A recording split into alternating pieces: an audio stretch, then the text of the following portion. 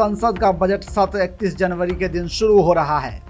हर बार की तरह इस साल आम बजट 1 फरवरी को पेश किया जाना है। पहले बजट फरवरी महीने के आखिरी वर्किंग डे में पेश किया जाता था, लेकिन साल 2015 से यूनियन बजट 1 फरवरी को पेश किया जा रहा है। वित्त मंत्री निर्मला सीतारमण इस दिन लोकसभा में केंद्र सरकार का बजट पेश करेगी। बजट का दिन ऐसा दिन होता है जब पूरे देश सरकार के बही खाते और आगे की आर्थिक रणनीतियों की घोषणा का साक्षी बनता है। केंद्रीय बजट सरकार के खर्चों की एक विस्तृत रिपोर्ट होती है। इसे सरकार का सालाना फाइनेंशियल रिपोर्ट भी कह सकते हैं, जिसमें वो अपनी अर्निंग्स और खर्चों के बारे में हिसाब किताब देती है और आगे की योजनाएं बताती है। बजट से पहले हम इससे जुड़ी कुछ टर्म्स और प्रक्रियाओं का मतलब समझने और समझाने की कोशिश कर रहे हैं। तो आइए बजट को लेकर कुछ महत्वपूर्ण जानकारियां जानते हैं। सबसे पहले बात करते हैं अंतरिम बजट क्या होता है। किसी भी सरकार का अंतरिम बजट उसके कार्यकाल के आखिरी साल में पेश किया जाता है। यह बजट भी आम बजट जैसा ही होता है, लेकिन इसमें लोकसभा चुनावों के बाद दूसरी सरकार बनकर आने के बाद उससे पूरे बजट के लिए मंजूरी लेनी होती है।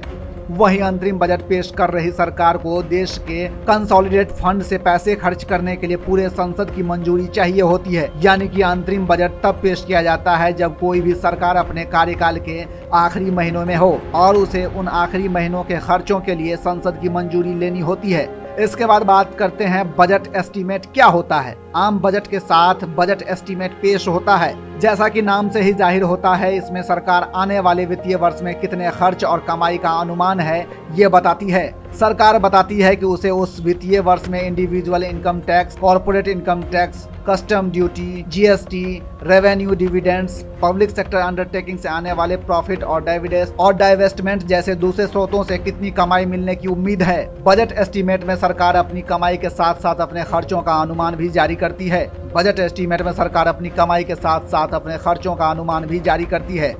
इसके तहत बताया जाता है कि उस वित्तीय वर्ष में उसके अलग अलग मंत्रालयों और विभागों में किन किन योजनाओं पर कितने पैसे खर्च होने का अनुमान है। अब जानते हैं रिवाइज एस्टीमेट क्या होता है। अब जैसा कि किसी भी एंटिटी के साथ होता है, अनुमान तो अनुमान ही होता है, असली नतीजे ऊपर नीचे भी हो सकते हैं। तो उसी तरह साल भर में सरकार के खर्चों और कमाइयों के आंकड़े ऊपर नीचे हो सकते हैं। इसके लिए पेश किया जाता है रिवाइज्ड एस्टीमेट यानी संशोधित अनुमान। सरकार ये रिवाइज्ड आंकड़े अगले साल के बजट में पेश करती है। हाँ, लेकिन नियम है कि अगर सरकार अपने संशोधित अनुमान में कोई खर्च अलग से जोड़ना चाहती है तो उसे इसके लिए पहले संसद की मंजूरी लेनी होगी, तभी वे ये कर सकती है। अब सबसे आखिरी में जानते हैं कि आउटकम बजट क्या होता है। आउटकम बजट वो चीजें होती है जिससे सरकार की जवाबदेही तय होती है। दरअसल बजट से पहले वित्त मंत्रालय को एक प्रीलिमिनरी आउटकम बजट देना होता है। आउटकम बजट में सरकार के मंत्रालयों और विभागों में कितना काम हुआ है वो सब कुछ बताया जाता है। मंत्रालय और विभाग बताते हैं कि पिछले साल के बजट में रखे गए लक्ष्यों को लेकर वे कहां तक पहुंचे हैं, पिछले बजट में अलॉट किए गए फंड कहां और कितने खर्च हुए हैं।